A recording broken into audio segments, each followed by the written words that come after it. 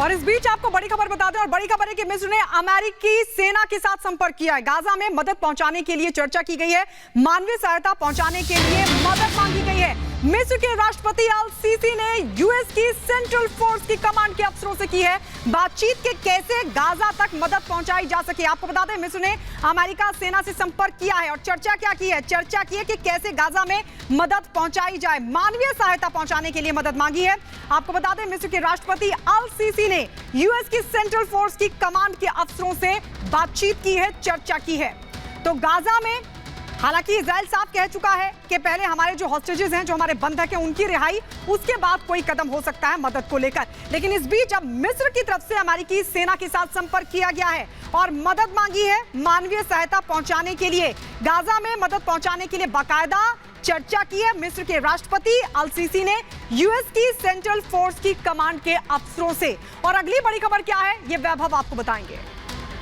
बिल्कुल गायत्री, अगली बड़ी अपडेट दरअसल 10 बड़े अपडेट से जुड़ी हुई है, क्योंकि कल जो बाइडेन पहुंचते हैं इजराइल और आज इजराइल पहुंचे हैं Rishi Sunak. PM Benjamin Netanyahu से ऋषि सुनक की मुलाकात होनी है, जिस पर सबकी नजरें हैं। हमास के 10 सदस्यों पर यूएस ने पूरी तरह से प्रतिबंध लगा दिया है। हमास के फाइनेंशियल नेटवर्क पर यूएस अब सीधा प्रहार कर रहा है। अमेरिका ने ईरान के खिलाफ कई बड़े कदम उठाए हैं। ये बड़ा अपडेट है, बैलिस्टिक मिसाइल के इस्तेमाल पर प्रतिबंध की बिल्कुल स्पष्ट घोषणा कर दी गई है।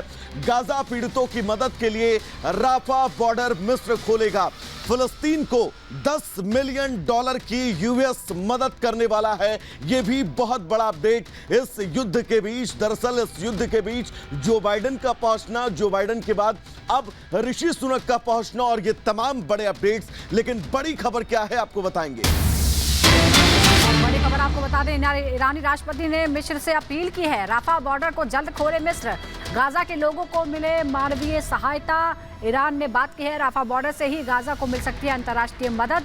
ईरान ने बात की है मिस्र से और अपील की है कि राफा बॉर्डर को जल्दी खोल दे ताकि मानवीय सहायता वहां पहुंच सके, क्योंकि एक ही ऑप्शन है, एक ही विकल्प है जहां से सारी जो सहायता है, मानवीय सहायता, चाहे वो खाने पीने की चीज़ें हों या फिर ईंधन, वो पहुंच सकता है।